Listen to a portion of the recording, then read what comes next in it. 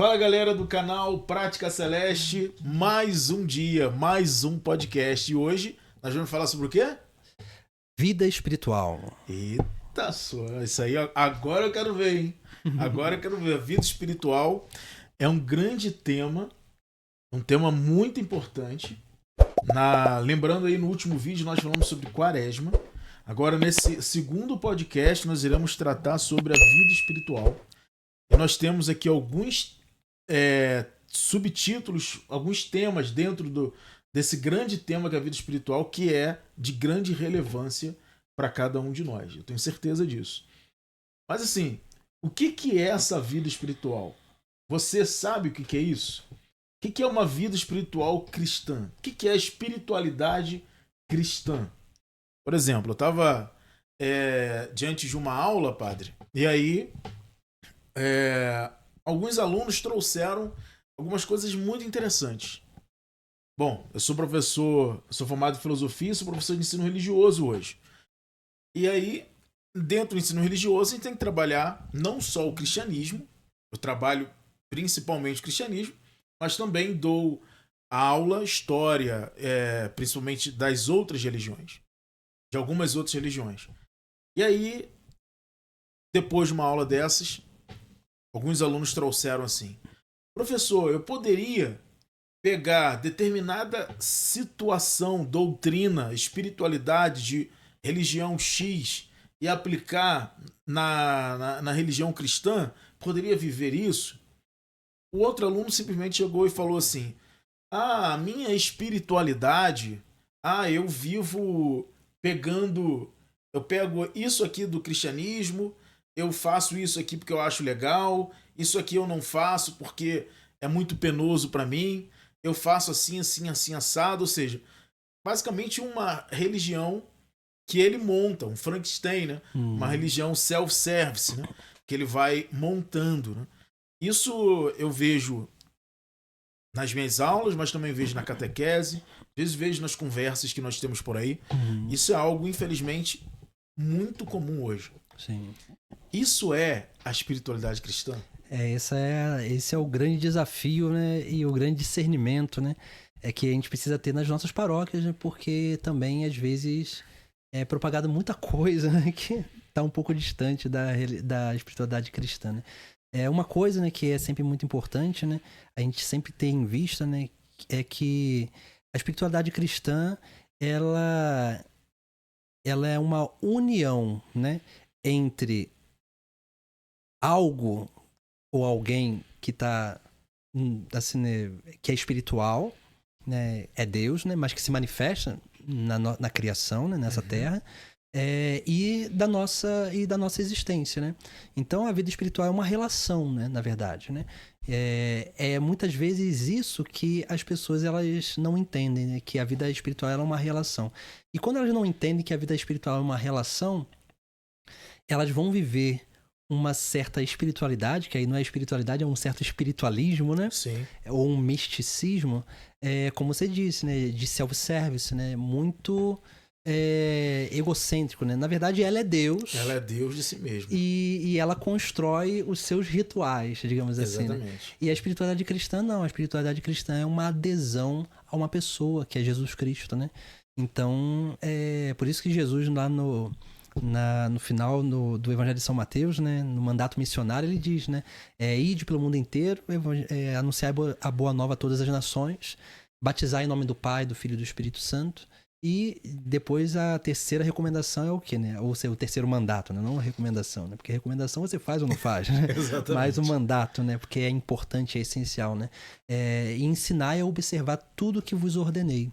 Então nós vemos aí essas três coisas: anunciar a boa nova a todas as nações, o que é testemunhar. Então, a primeira coisa, né? A espiritualidade cristã é uma espiritualidade encarnada, né? Ela é uma experiência de Deus interior que transborda e se manifesta no nosso cotidiano, né? Então, é necessário testemunho, né? Então, o testemunho é isso, anunciar a boa nova a todas as nações. Depois, o batizar, né? O batizar ele tem a ver o quê? Com a vida da igreja, né? Com os sacramentos, e não só os sacramentos, mas tudo aquilo que está envolto ao batismo, digamos assim, né? Porque a palavra batismo significa mergulhar.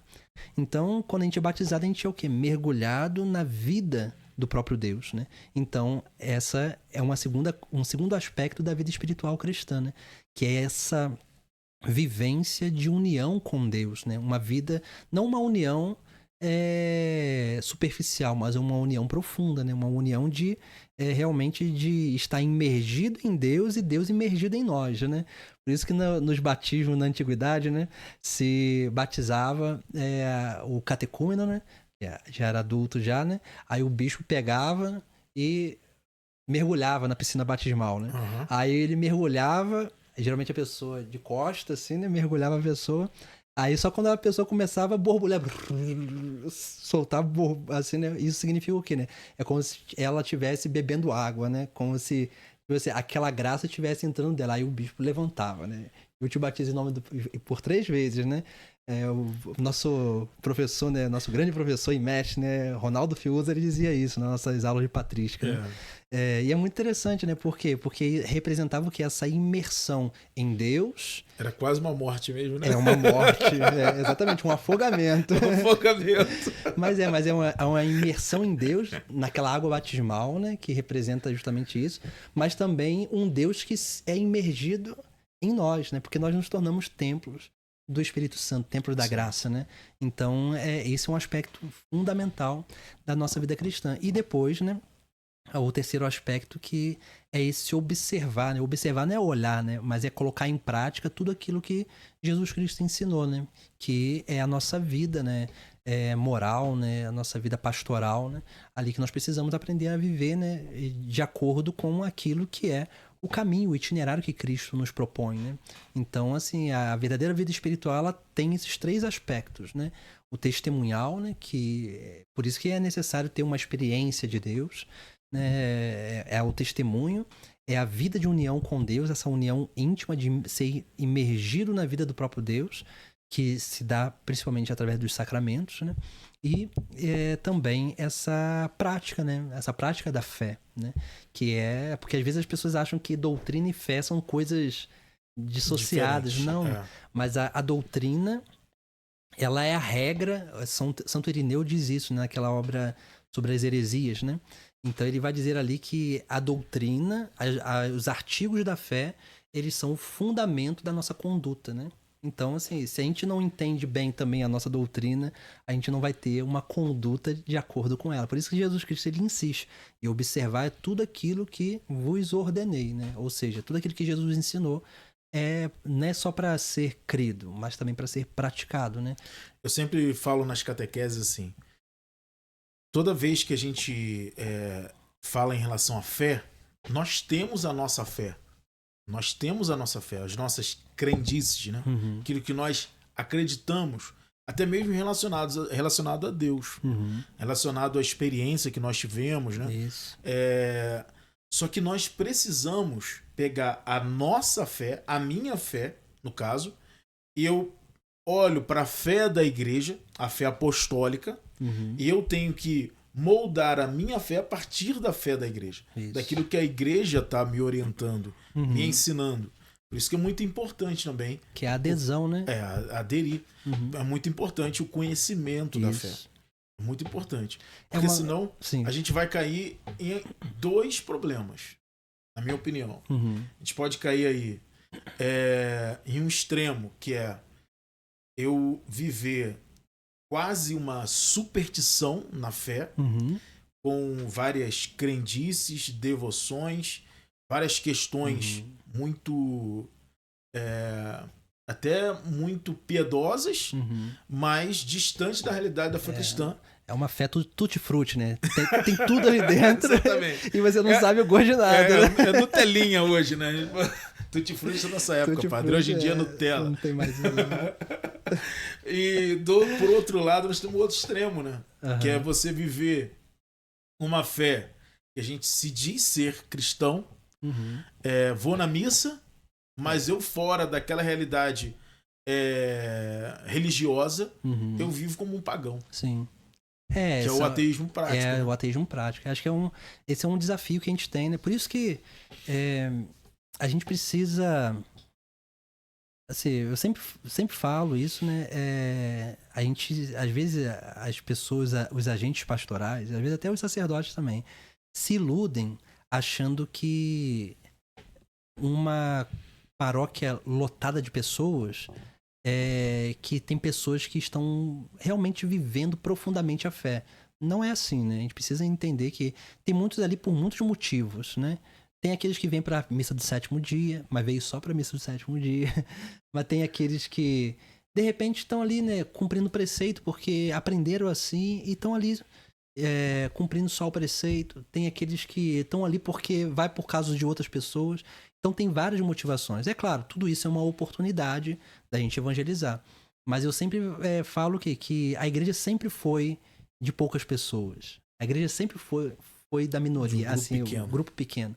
Por quê? Porque são essas pessoas que, no seu tempo, no seu processo, estão comprometidas com Cristo e vão viver justamente isso. Vão testemunhar, vão conduzir pessoas à união com Deus e vão realmente viver aquilo que deve ser vivido. Então a gente precisa formar bem isso. É o que Jesus Cristo fez, né? Formou bem os 12 porque sabia que formando bem aqueles 12, assim, uma multidão seguia ele. Mas foi a formação dos 12 que fez com que o mundo inteiro conhecesse o cristianismo, né? Então, porque se a gente forma bem, né, espiritualmente, esse pequeno rebanho, assim, se eu formo bem esse que eu tô formando bem, ele vai trazer mais um. E esse que ele formou vai trazer mais outro. E assim a igreja ela vai a obra de evangelização ela vai sendo expandida dessa forma, né? E é claro, por isso que a gente precisa prezar, né, por realmente uma vida espiritual, né? Uma vida espiritual verdadeira, né? Que amadureça a pessoa, que conduza a pessoa num caminho de maturidade, né? Por isso que essas realidades que você falou, né? Sobre esse ateísmo prático, né? Eu sou cristão, mas eu vivo como se não fosse, né? Eu acredito em Deus, mas eu vivo como se não acreditasse em Deus, né? E isso é o quê, né? São as nossas dificuldades hoje. Por quê? Porque a gente evangeliza pouco, no sentido de, como que eu vou dizer, né? Para não ser pejorativo, né? Mas, assim, muitas vezes, a gente faz muitos encontros, muitos eventos, e se a gente olhar bem, os nossos encontros e eventos são uma pastoral de manutenção e não de evangelização. A gente faz um montão de coisa porque a gente tem que fazer um monte de coisa para aquele pessoal que tá lá dentro, né? E é claro, aquilo ali, né? E se a gente for olhar, os nossos encontros são o quê? Tudo querigmáticos. A maioria. A gente tá pregando o primeiro anúncio para quem já escutou ele, né? Tá, de repente essa pessoa ela não teve uma experiência ainda de Deus, mas mas a gente precisa perceber os métodos para... porque, por exemplo, se eu já participei de um encontro querigmático, e aí eu chego num outro encontro que é querigmático, eu já vou saber a sequência de todas as palestras, de tudo que vai acontecer. Não há nada de novo, né? Eu já vou fechado aquilo, né? A gente precisa ter esse cuidado, né? E aí, é claro, assim, uma coisa que a gente precisa cuidar é realmente do encontro pessoal que o cristão tem, né? Porque o encontro pessoal é o início de todas as coisas na nossa vida, né? Quando a gente tem um verdadeiro encontro pessoal, surge em nós um desejo de conversão. Surge em nós um desejo de Deus, né? De querer mais estar na presença do Senhor. Surge em nós um desejo de praticar o evangelho, né? Então, o que eu vejo hoje, muitas vezes, é que tá faltando o primeiro encontro, né? O encontro pessoal com Cristo, né? Porque é esse encontro que muda, é esse encontro que dá digamos assim, a virada de chave na vida daquela pessoa, né? É por isso que há muitos hoje, né, que não... é inesquecível, né? Exatamente. Por isso que tem muitos hoje que não tiveram esse encontro pessoal, de repente vivem e estão vivendo, né, uma experiência muito de uma religiosidade muito social, né? Tipo assim, nasci católico, eu nem me vejo em outra religião, assim, né? Porque ela tá ali cumprindo aquelas regrinhas, né? Que é o que você falou, né? Os extremismos, né? Então, assim, ou eu fico ali cumprindo todos os preceitos, mas aquilo não tá mudando a minha vida. Pelo preceito. Ou então eu cumpro o preceito, mas lá na minha vida lá eu vivo de qualquer jeito, entendeu? E aí as duas coisas não levam a lugar algum, né? Só leva a si mesmo, porque é uma vivência muito egoísta e egocêntrica, né? Por isso que há o self-service, né? Então eu vou catando um pouquinho de cada coisa, vou vivendo isso, aquilo, vou aplicando ali, né? Por quê? Porque, na verdade, eu não estou preocupado em aderir a Deus, né? Em aderir uma proposta de vida, né? Me identificar ao evangelho. Eu estou preocupado em que a igreja se adeque a mim. Me dê algo, né? O evangelho se adeque a mim, né? Então é aquela coisa, eu me torno Deus de mim mesmo e dos outros, né? Porque eu trago tudo para minha vivência que se adequa a mim, né? Então isso é uma dificuldade que a gente tem nos nossos tempos, né? Por isso que, assim, as pessoas têm muita dificuldade de viver uma verdadeira vida espiritual, né? Eu falo isso porque, assim, às vezes a gente atende pessoas, né? Pessoas chegam assim, padre, eu quero fazer uma direção espiritual. Legal, né? Assim, você já nota ali um desejo da pessoa. De crescimento. Né? Aí beleza, ó. Aí eu sempre falo assim, ó, tá, eu atendo tal dia assim, assim, assim. Assim, 80% das pessoas que falam que quer fazer uma direção espiritual. E eu falo assim, ó, eu atendo tal dia assim, assim, assim, assim. 80% não vão. Por quê? Porque às vezes ela fala isso pra encantar o padre que ela tá desejosa de crescimento. E na verdade ela não tá, assim, né? Ela tá buscando alguma coisa pra, sei lá, ou acariciar o ego. Às vezes a pessoa ela nem percebe isso, né? Em geral as pessoas não percebem isso.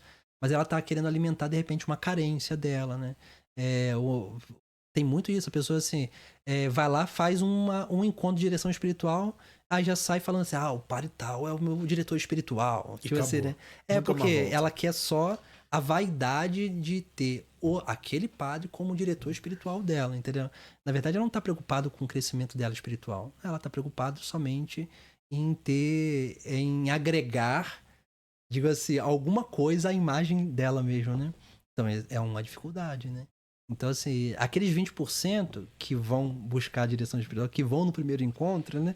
E que voltam para o segundo? Só 5% desses 20 volta para o segundo encontro. Nossa, mãe do céu, hein? Por quê? Porque essa pessoa que vai lá, às vezes ela vai por quê? Porque ela tem algum problema que ela quer resolver. Então, aquilo não é direção espiritual, né? Aquilo não é vida espiritual que ela quer resolver um tá problema. Precisando de um coach. Assim, tá, de repente vai lá um aconselhamento, às vezes a gente escuta a pessoa, consegue perceber alguma coisa que ela não tá conseguindo perceber, né? E às vezes até ajuda ela a decidir algumas circunstâncias e tudo, mas assim, depois daquele primeiro encontro, ela não volta, né? Geralmente eu faço assim, né? Pra mim a prova é assim, do primeiro encontro, né? Assim, que a pessoa vai lá pra direção espiritual e fala assim, ó, faça isso, isso e isso. Eu dou algumas atividades assim, né? Assim, e aí a gente marca daqui um mês, volta. Mas a pessoa não volta. Por quê? Porque ela queria resolver um problema. Se ela achou que resolveu, ou se ela achou que não resolveu, ela não vai voltar mais, entendeu? E aí, assim, as pessoas que realmente querem um aprofundamento, que infelizmente são poucas, né? Essas pessoas, elas vêm, assim, padre, ó, tentei fazer aquilo, algumas coisas não consegui fazer, mas ó, ela tá sendo sincera, né? Ela tá mostrando que, ó, isso aqui eu tive dificuldade, isso aqui eu não consegui fazer, não consegui, mas isso aqui eu consegui, né? Então, ó, então beleza, ó, você já nota que a pessoa se esforçou. Então essa pessoa, ela quer crescer, né? Uhum. E aí você nota que realmente aquela pessoa, ela teve um encontro pessoal com Deus. Porque mais do que o compromisso que ela teria comigo de fazer aquilo que eu tô indicando, por que ela faz aquilo que eu tô indicando? Porque ama Deus. Exato, porque ela teve uma experiência de Deus e ela percebe que o sacerdote ou alguém que está dirigindo ela está indicando um caminho para que ela possa alcançar o objetivo dela, que é corresponder mais ao amor de Deus, né? Então é justamente isso, né? Por isso que a grande dificuldade de entendimento do que é uma vida espiritual, né? Então, aí o senhor falava da necessidade que nós temos, né, de ter o nosso primeiro encontro. Aí o senhor falava assim, a maioria dos nossos retiros já são querigmáticos, ou seja, do primeiro anúncio, né? De falar de Deus, de falar são retiros para ajudar a conversão. Talvez hoje a gente precisa ter um cuidado maior também, porque às vezes até entre os grupos, né, nós temos uma espécie de rivalidade. Que não tem lógica isso, né? Não, pois é, nós somos na mesma família e nós temos às vezes uma rivalidade, que é o quê? Poxa, vou chamar fulano agora que fez o retiro tal para fazer o meu retiro. Tá certo? Não, você precisa fazer todos esses retiros aqui. Eu falei, na verdade, não, né? A pergunta que talvez a gente precisa fazer para as pessoas é: você fez retiro X. Você teve seu encontro pessoal com Deus? Uhum. Se ela percebeu assim, olha, eu acho que eu preciso de um outro retiro, aí tudo bem. Uhum. Aí ela é encaminhada. Mas se teve, a igreja, os grupos, precisam então ajudar aquela pessoa a crescer na fé. Você chegou num ponto que é essencial, né? Por isso que é tão importante a gente formar boas lideranças. Porque quando você forma boas lideranças, assim, vou dar na minha circunstância, né? Como padre numa paróquia, eu não consigo dar conta de ter contato pessoal, de Com participar todos. da vida de cada família. Isso é impossível. Claro. E quem acha que pode é uma ilusão. Se o padre ele consegue estar direto na casa dos outros, assim, ele vai desfalcar alguma outra coisa na vida dele. E principalmente a vida de oração. Por isso que muitos, às vezes, abandonam, né? Por quê? Uhum. Porque ele faz, trabalha. E aí chega uma hora que as pessoas... Ele vai sentir que não estão dando o valor devido àquilo que ele está fazendo. Certo. Aí ele se frustra, né? Por quê? Porque a gente não consegue dar conta de tudo. O que a gente precisa entender é o quê? Que a gente precisa formar bons líderes, porque esses bons líderes eles vão ser o quê? Os braços da evangelização, do pastoreio, entendeu? Que é justamente isso. Um coordenador de grupo deveria ser uma pessoa que está caminhando no caminho de maturidade de fé, né? Não pode ser alguém que gera rivalidade. Ele tem que ser alguém que gera unidade, né? Porque se ele gera rivalidade, é sinal que ele não tem vida espiritual. Né? Exatamente. Por quê? Porque ele não tem um compromisso com Deus. Ele está preocupado e ele tem um compromisso somente com aquela instituição, digamos assim, o grupo, né? Uhum. Então, assim, ele faz tudo para aquele grupo ali, aí quando ele, sei lá, você tira aquela pessoa da coordenação, aquela pessoa abandona tudo, né? Por quê? Porque ele tava Ainda ali sai falando mal do padre. Sai falando mal do padre. Sai. Mas por quê? Porque... mas isso, assim, aí eu faço meia-culpa, né? Porque, assim, isso é culpa também nossa, porque às vezes a gente quer agradar muito e a gente não quer cobrar tanto, assim, né? Então, assim, os líderes, eles precisam ser bons líderes. Assim, eles precisam ser apóstolos, né?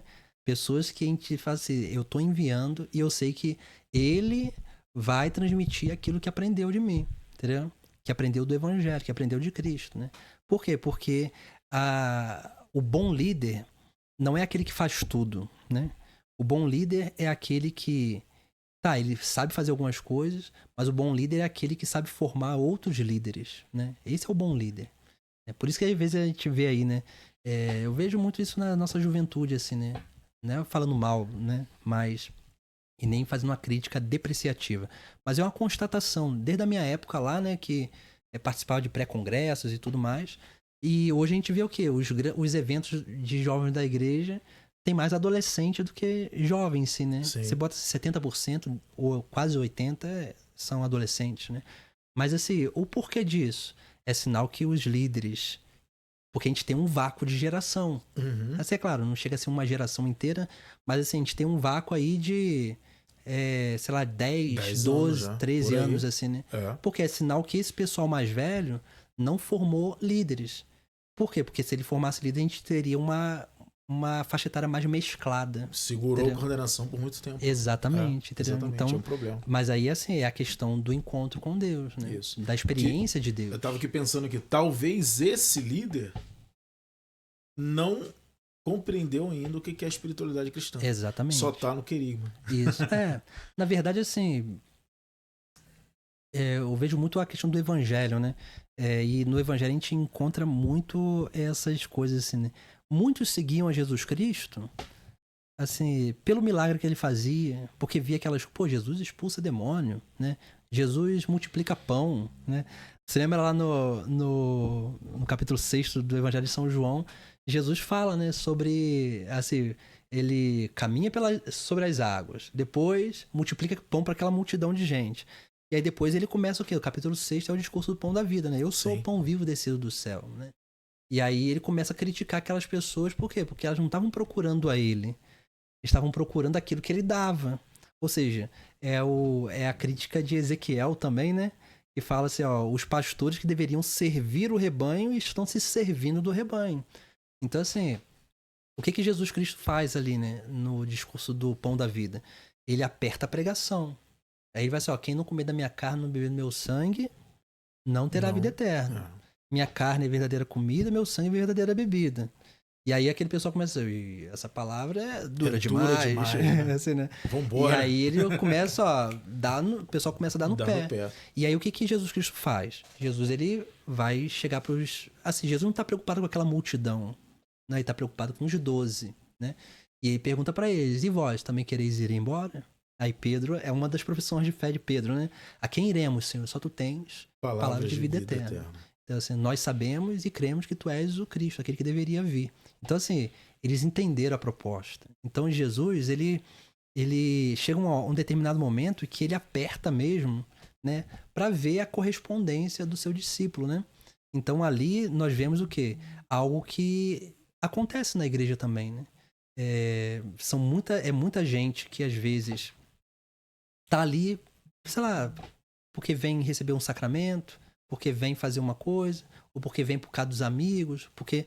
Tá, e tudo isso é válido, porque Deus usa de tudo isso para atrair as pessoas a Ele. Usa de todas as motivações imagináveis e inimagináveis. Né? Exatamente. Usa, né? Deus usa. Eu lembro, se eu lembro do discipulado, sim. Que agora, se não me engano, é João o nome do retiro. Eu fui fazer esse retiro porque tinha uma garota específica que tava lá. Eu era apaixonado nela, falou, vou lá fazer. Aí sabe o que aconteceu? Nesse retiro, Deus me mostrou que eu tinha que ir pro seminário. Eu falei, gente, eu fui buscando outra coisa e Deus me deu outra. Mas então, porque Deus ele muito usa engraçado, né? De muitas motivações. Só que é justamente isso que a gente precisa entender, né? Assim, né? Deus ele atrai... Assim, Jesus ele fala isso, né? Ninguém vem a mim se o Pai não atrair. Então, assim, isso significa o quê? Significa que a gente não tem que fazer mais encontros, não tem que fazer... Não, a gente precisa ter algumas pastorais, fazer alguns encontros. A gente só precisa ter o discernimento de perceber o que a ovelha precisa, né? Porque às vezes a gente quer dar um montão de coisa e a gente tá dando aquilo que a ovelha não precisa. Às vezes é necessário a gente ficar 1 ano sem fazer encontro querimático e trabalhar os coordenadores, os líderes, trabalhar com outro tipo de encontro para formar bem a liderança, para quê? Para que ela possa testemunhar, né? Porque é o testemunho que arrasta, né? Assim, né? O que mais a gente tem visto nos nossos encontros hoje, né? Eu não sei se aqui na sua paróquia acontece isso, né? Só na França. Mas eu acho que a minha paróquia não é diferente de todo mundo. Mas assim, o que a gente vê muito nos encontros jovens, não só no jovem, no adulto também, encontros de vários tipos, né?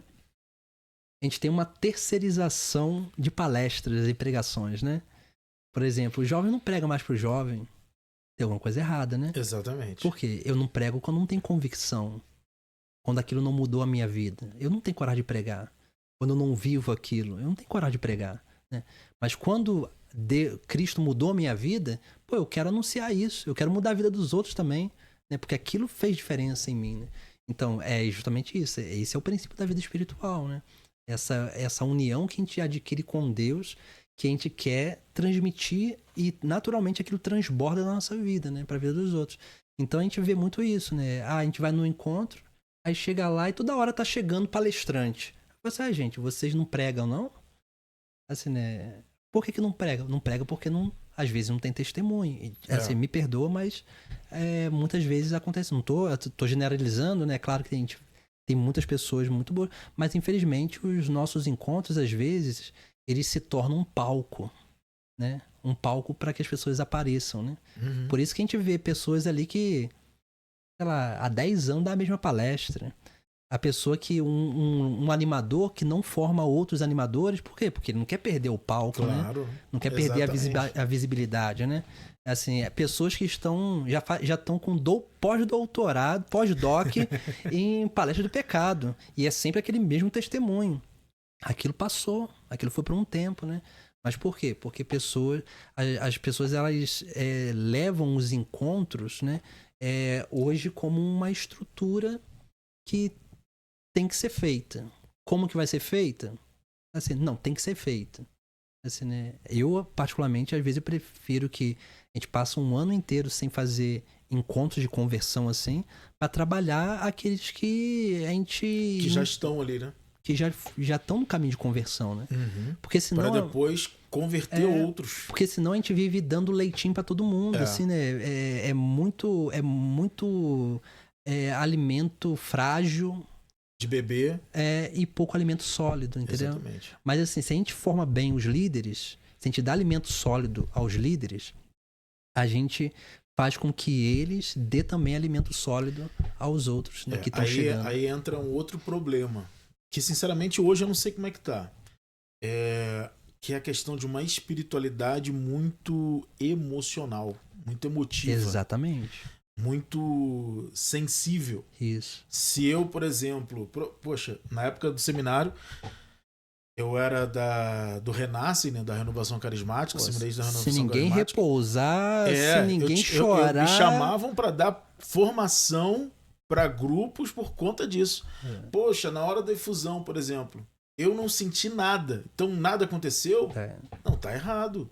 Não. Aí eu tinha que mostrar isso para eles. Olha, exato, a questão ali não é questão sensível. Uhum. A questão ali é uma questão espiritual, de fé. Isso, Você tem que crer que Deus agiu. Isso. Que Deus fez.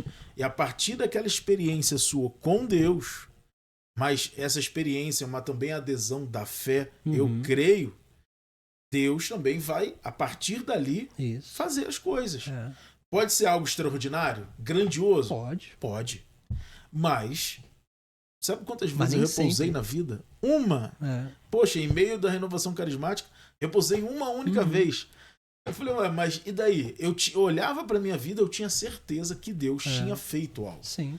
Não só uma vez, mas várias vezes. Não era o repouso, por exemplo, que ia demonstrar que Deus tinha feito algo. Essa é uma coisa que você falou lá, né, sobre a questão da experiência de fé, né?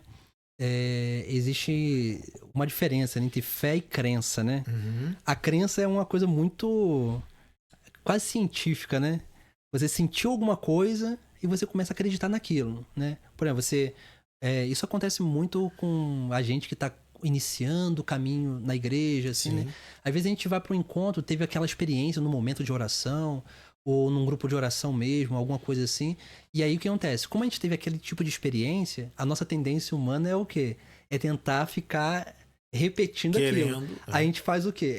Em geral, a gente faz assim, não, eu continuo indo naquele lugar porque naquele lugar quase eu me sinto ritual, bem. Né? Eu me sinto bem, eu sinto a presença de Deus, né? Mas chega uma hora que Deus tira os sentimentos, né? Isso é para quê? Para que a gente possa viver de fé, né?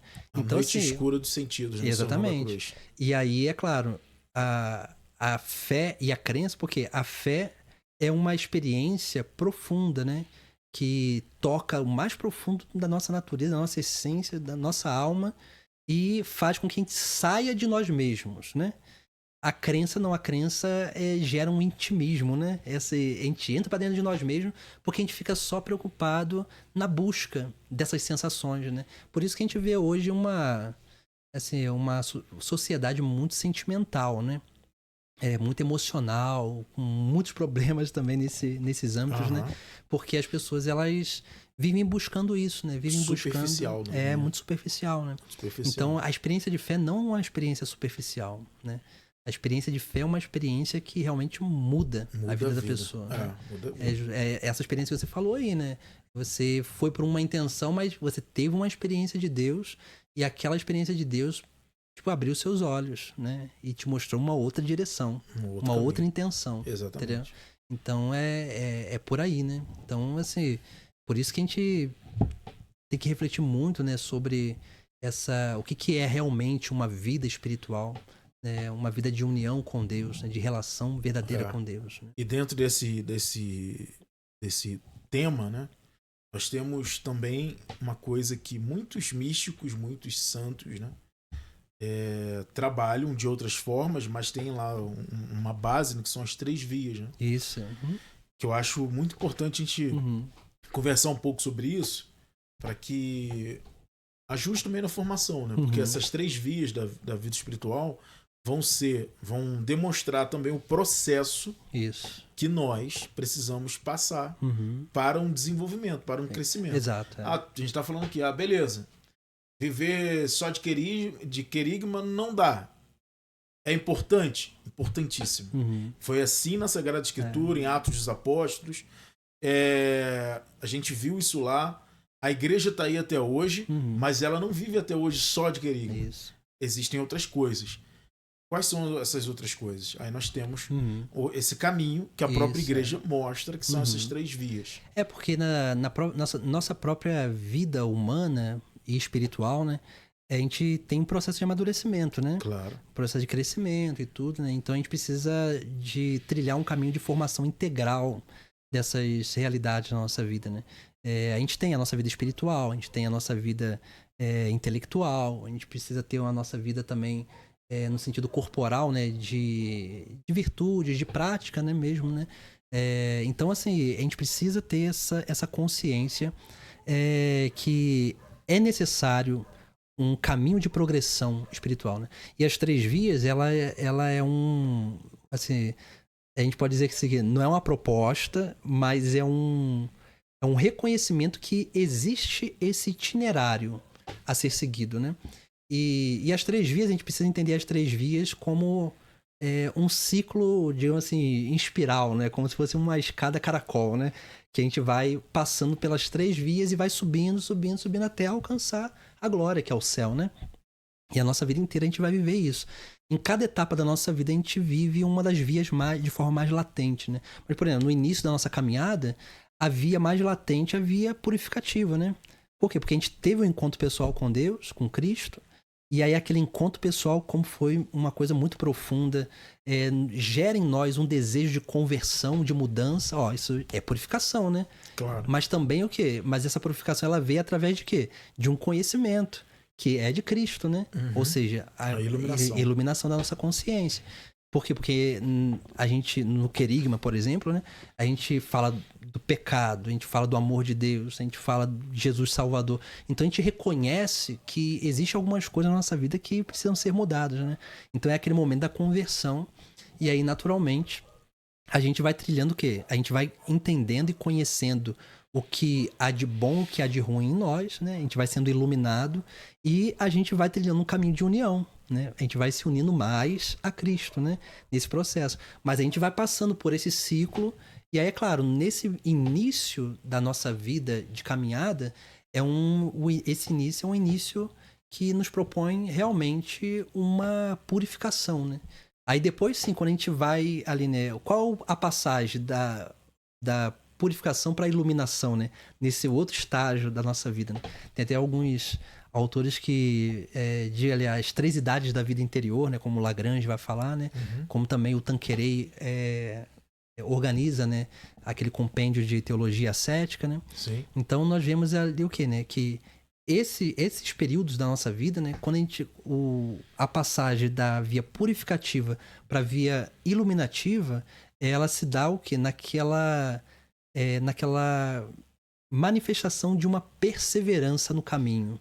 Tipo assim, né? Eu tenho consciência e certeza que esse é o caminho, né? Quando a gente começa a crescer nessa consciência e nessa perseverança, aí é o momento o quê? Que a gente começa a sentir um desejo interior de conhecer mais, de aprofundar mais. A gente vai ler, né, a vida dos santos, os documentos da igreja, a doutrina, entender a moral, né, para que a gente possa cada vez melhor, né, corresponder aquilo que Jesus Cristo nos ensinou a observar, né, como lá no mandato que a gente falava, né, no início aqui, né, da nossa reflexão, da nossa partilha. Então, é justamente isso. A gente precisa trilhar, né, esse caminho justamente para progredir, né? Então a gente começa a sentir o desejo de conhecer mais, a gente vai na vida dos santos, a gente começa, né, trilhar esse caminho. E aí a gente passa um bom tempo aí, né? A gente vai ter dificuldades também, né? Por quê? Porque esse caminho de iluminação é um caminho de conhecimento de Deus, né? Porque Deus é a luz, né? Então, quanto mais a gente se aproxima dele, mais a gente vai percebendo as nossas trevas também, né? Exatamente. E aí a conversão, ela continua acontecendo, né? E a união também, porque quanto mais a gente purifica, mais a gente se adequa, mais a gente se une, mais a gente se adequa ao evangelho, né? E manifesta a presença de Cristo no mundo também, né? Através da nossa vida. E depois, sim, né? Numa maturidade espiritual, a gente chega nessa via unitiva, né? Que é essa experiência de Deus, né? Onde a gente vive, que a gente chama, né? Os santos vão chamar de essa vocação esponsal, né? Com Deus, né? Dessa união com Deus, né? Mais íntima e profunda, né? Onde a gente relaciona com Deus realmente como alguém que está unido a nós a todo momento. A todo né? momento, E é claro, até alguns santos, né, tiveram experiências místicas, né? São Francisco se uniu tanto, se identificou tanto a Cristo, né? Que recebeu as chagas, né? Exatamente. Os sinais da paixão, né? Então, assim, e vários outros santos tiveram experiências assim também. Né? Santa Teresa, que rezava um Pai Nosso e levitava. Então, assim, é justamente isso. Quanto mais a gente se une a Deus, assim, né, mais, assim, o menos ele vai se tornando mais na nossa vida, né? A gente não precisa de muitas coisas, não. A gente consegue perceber a Deus nas pequenas coisas, que é a ideia da pureza de coração, né? Jesus fala nas bem-aventuranças, né? Bem-aventurados puros de coração porque verão a Deus. Então, quanto mais a gente vai se unindo a Deus, mais essa pureza de coração ela vai acontecendo e mais a gente consegue perceber a presença de Deus nas pequenas coisas da nossa vida, né? Aí, é claro, né? Aí a graça, ela age e se manifesta em nós, né? Exatamente. Então, só pra gente recordar aqui, são 3 vias. A via purificativa, isso. A via iluminativa e a via unitiva.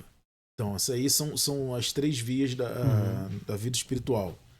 Que alguns santos vão trabalhar de outras maneiras. Sim. Tá? Aí, por exemplo, nós temos Santa Teresa d'Ávila, com as moradas, que são isso. 7. Isso. Ela vai pegar e vai reconstruir na perspectiva dela. Isso aí. Que elas estão dentro desse caminho aí. Dentro dessas 3 vias. O propósito é o quê? Você tá sempre, chegar sempre no ponto final, que é a união com Deus. Porque as 3 vezes a proposta delas é justamente isso. É a gente trilhar um caminho de progressão, né? Sim. Por isso que é um ciclo, né? A gente, da mesma forma que a gente está trabalhando uma via dessa, as outras estão acontecendo na nossa vida. Estão acontecendo também. Mas em cada momento da nossa vida, uma dessas vias vai ser mais latente, vai ser mais presente na nossa vida, né? Porque senão como a gente combate o pecado sempre.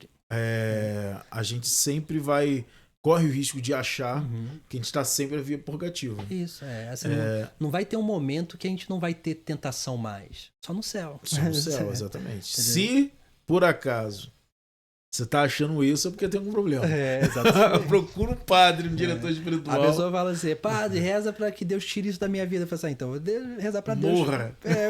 Te levar.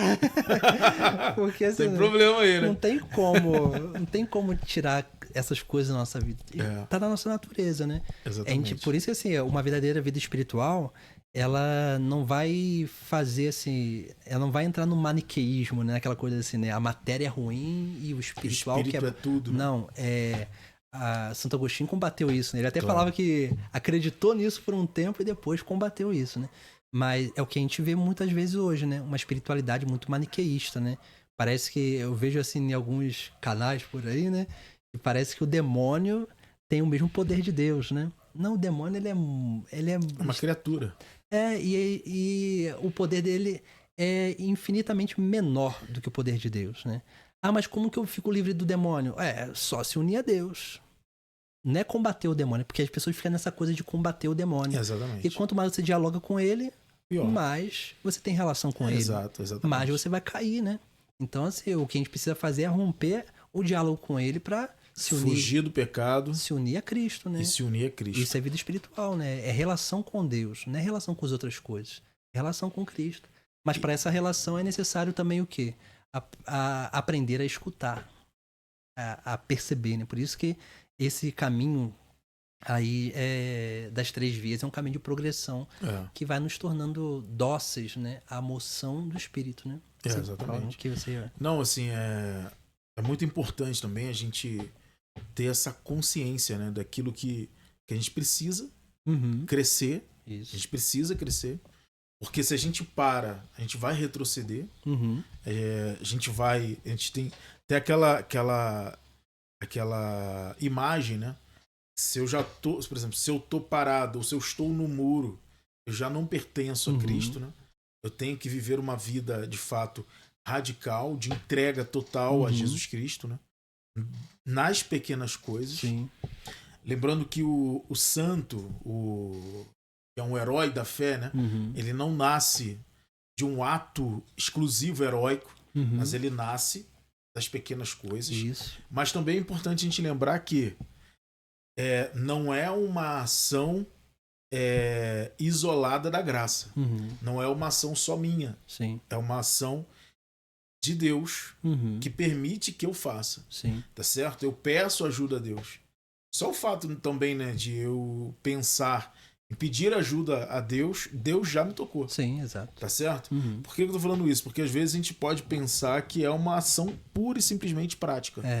Que não é. Que a gente é aquela coisa de relacionar a vida de oração a práticas espirituais, digamos assim, né? No sentido exatamente. assim, né? Ou então, assim, a vida espiritual a um monte de fórmulas, né, devocionais. Devocionais, né? Essas coisas, elas colaboram. Mas, assim, não quer dizer que se eu rezo o rosário todo dia, eu tenho uma vida espiritual. Porque às vezes tem gente Rezo mal. Reza mal, né? Às vezes a pessoa, fiz o propósito de rezar o rosário todo dia.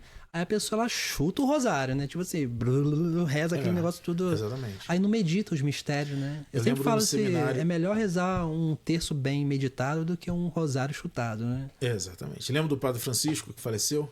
Sim. Ele foi meu diretor no seminário, eu era da Legião de Maria, muito antes de entrar no seminário, participava da Legião de Maria, acho que foi o meu primeiro movimento na igreja. Legião de Maria para crianças, né? Tinha um presídio lá para criança. Presídio é o nome da reunião. Olha lá, hein? É o nome da reunião, né? Mas tudo bem. Sim. Vamos lá, fecha aspas. Eles entenderam. Tomara. Então, vamos lá. E aí, dentro da Legião de Maria, você tem lá como meta a oração do terço diário também. Então eu sempre aprendi a rezar o terço. Só que eu sempre rezei o terço com medo de infligir essa obrigação. Eu falei, eu não posso deixar por conta porque eu sou obrigado a rezar. E foi bom também ter a obrigação, porque me aproximei muito de Nossa Senhora, de Jesus Cristo. Esse meu processo inicial ali foi ótimo. Mas quando eu cheguei no seminário, eu fui conversar com o meu diretor espiritual na época, que foi o Padre Francisco, eu falei isso pra ele.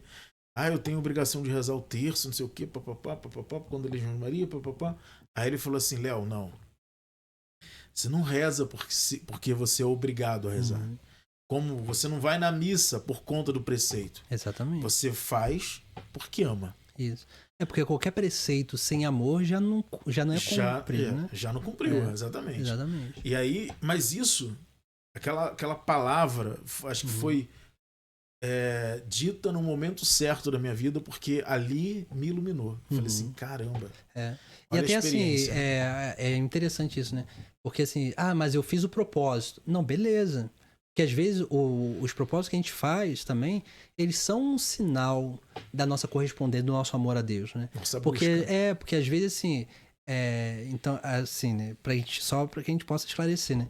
Porque senão a pessoa vai falar assim também, hoje eu não tô com vontade de rezar, então não vou rezar, porque eu não vou fazer obrigado também. Não. Às vezes você vai até fazer uma coisa ali, porque você fez um propósito, não, você vai fazer porque você tá indo o quê? Contra a sua vontade para se unir à vontade de Deus, né? Claro. Então, mas só que é claro, a gente precisa sempre ter essa consciência que isso é uma correspondência de amor. Uma coisa assim, acabei de rezar, até que enfim, graças a Deus. Consegui. Vou lá ver o jogo do Flamengo. Ai, meu Deus. Entendeu?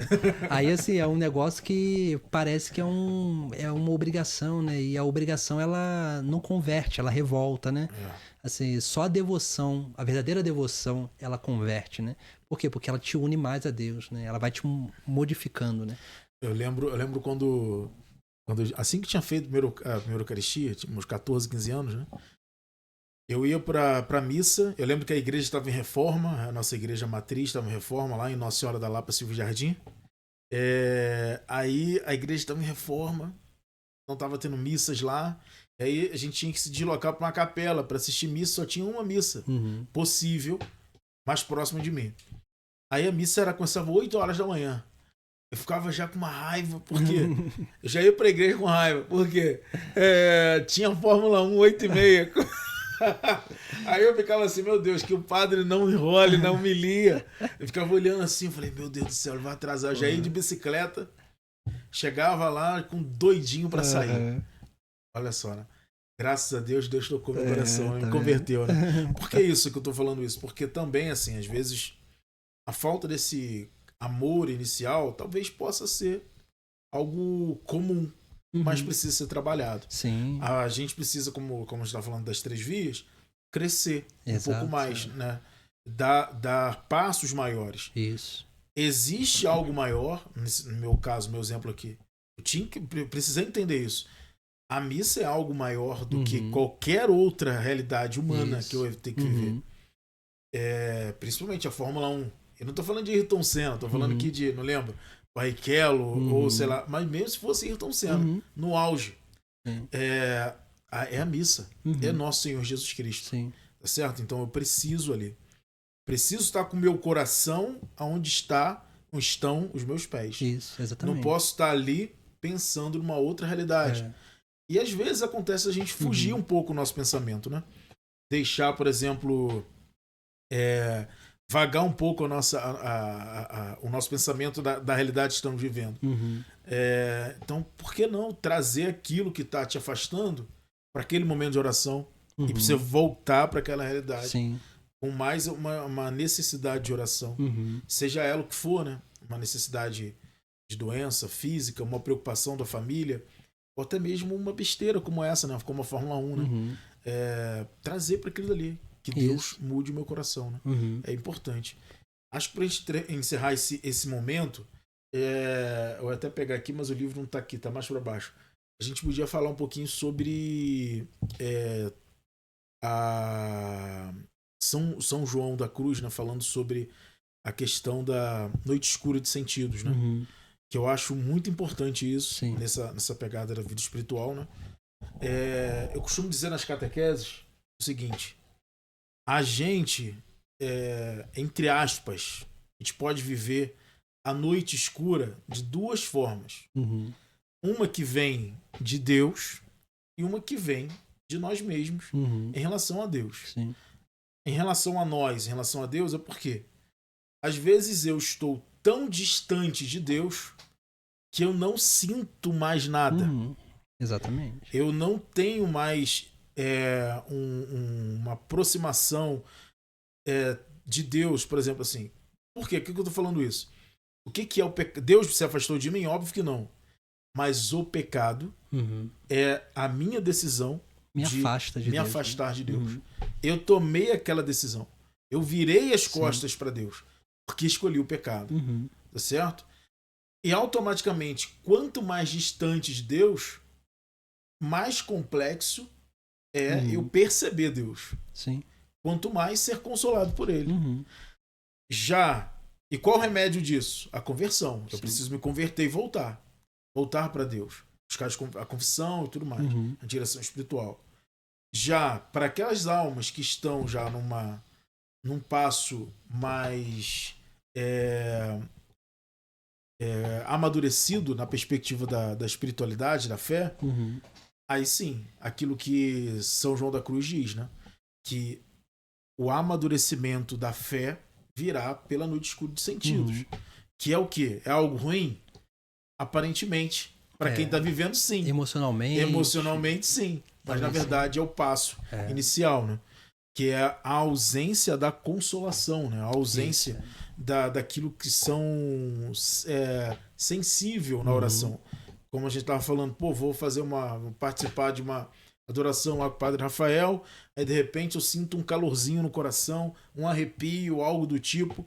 Isso é necessário no início? Importante. Mas não é necessário para a vida espiritual.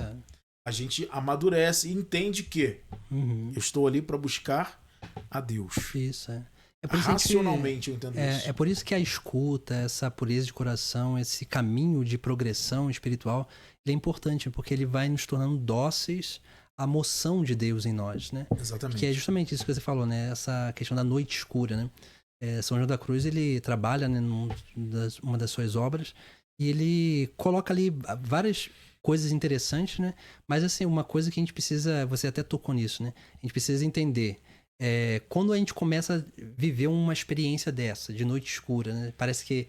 O que é noite escura, né? É aquilo que a gente chama de aridez, ou então um certo vazio, assim, né? Parece que eu faço tanta coisa, mas parece que nada alimenta, né? Isso é uma manifestação de noite escura, né? E parece que a gente perde, assim, não sabe por onde caminhar, né? Aquela coisa... A primeira coisa que a gente precisa refletir nesses momentos, né, da vida espiritual, a gente precisa refletir, a primeira pergunta: o que eu tô fazendo de errado? Né? Ou o que eu não tô fazendo de certo, né? Que eu deveria fazer, né? Então, essa é a primeira pergunta, porque como você mesmo disse, Deus, ele não se afasta da gente. Deus é onipresente, né? Deus, ele tá em todo lugar. Deus, ele não se afasta de nós. Somos a gente que se afasta dele, né? É como... eu ia dar um exemplo aqui, mas eu não sei se cabe, mas, por exemplo, a lua, ela fica virada para o sol, né? Assim, o lado que pega luz, ele tá o quê? Tá contemplando a luz vindo, né, do sol, né? Mas o lado que tá no escuro, ele tá sempre no escuro, né? Ele tá olhando para onde, né? O lado escuro. Pro vazio, pro nada, né? Que é justamente isso. Quando a gente tira o foco de Deus, a tendência é a gente cair numa noite escura provocada por nós mesmos, né? Aí por isso que a gente sempre precisa perguntar assim: será que eu estou fazendo alguma coisa de errado? Ou não estou fazendo algo que não está me proporcionando ter uma experiência de Deus? Essa é a primeira coisa. Claro. Depois, eu tô seguindo direito, tô com minhas práticas espirituais, tô fazendo minhas coisas, tô tendo uma vida espiritual verdadeira. Então não tô sentindo nada, tô sentindo sentimento de vazio. Aí tá, beleza. Isso é uma noite escura do espírito, né?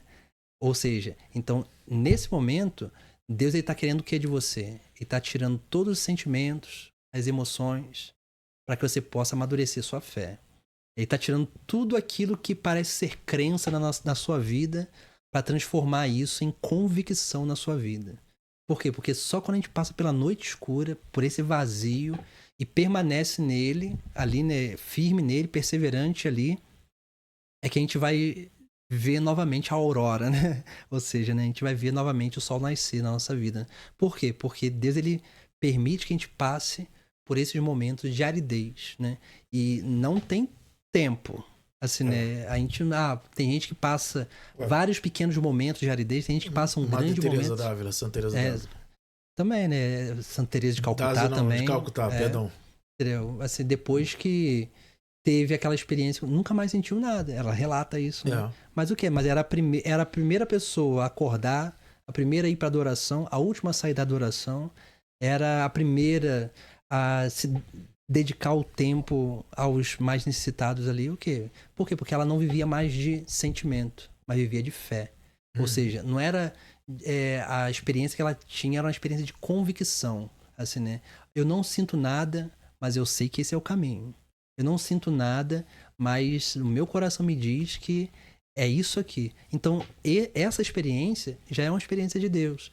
É que a gente, como a gente é muito corporal, digamos assim, né? Muito sensitivo, a nossa tendência é sempre relacionar a experiência de Deus com algum tipo de sensação. E às vezes a experiência de Deus, ela vem pela ausência dessas sensações, né? Exatamente. Então, mas só que realmente requer uma maturidade. Por quê? Porque no início da nossa caminhada a gente sente muita coisa, né? Claro. Então, tudo é muito novo, né? Exato. Então a gente está muito aberto às sensações. E aí depois Deus, ele quer tirar as sensações, né? Para que a gente possa realmente ter convicção. Está somente ele. Exatamente, né? Isso aí. Então é a purificação da nossa motivação também, né? Na oração do Espírito Santo a gente diz, né? Fazer que apreciemos retamente todas as coisas, né? Assim, essa é a purificação de apreciar retamente todas as coisas.